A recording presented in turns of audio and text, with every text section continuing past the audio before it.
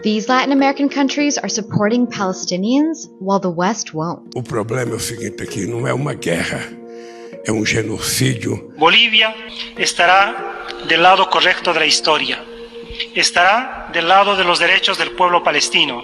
Se olvidaron que las mismas razones que se expresan para defender a Zelensky son las mismas razones con las que se debería defender a Palestina.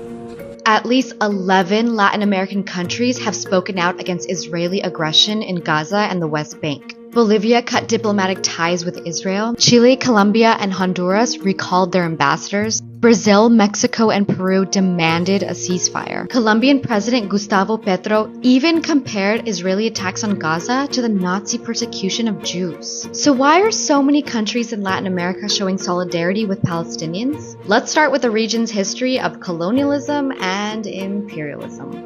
If you look back at the last 100 years or so, you'll find dozens of US invasions, occupations, and coups toppling democratic governments.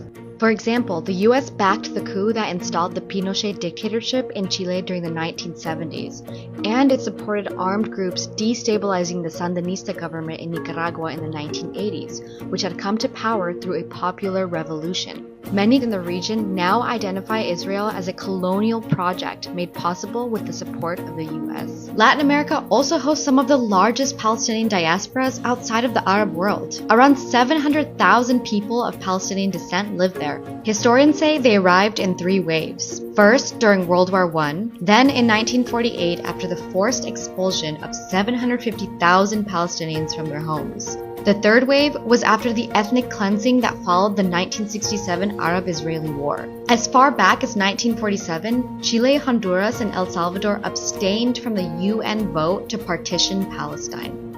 On top of that, indigenous people in Latin America have been fighting for land recognition and equal rights for years, just like the Palestinians. And so both groups have found a natural ally in their struggles. We've also seen a shift in the last few years from far-right to left-leaning governments in Latin America, many of which represent those marginalized indigenous communities.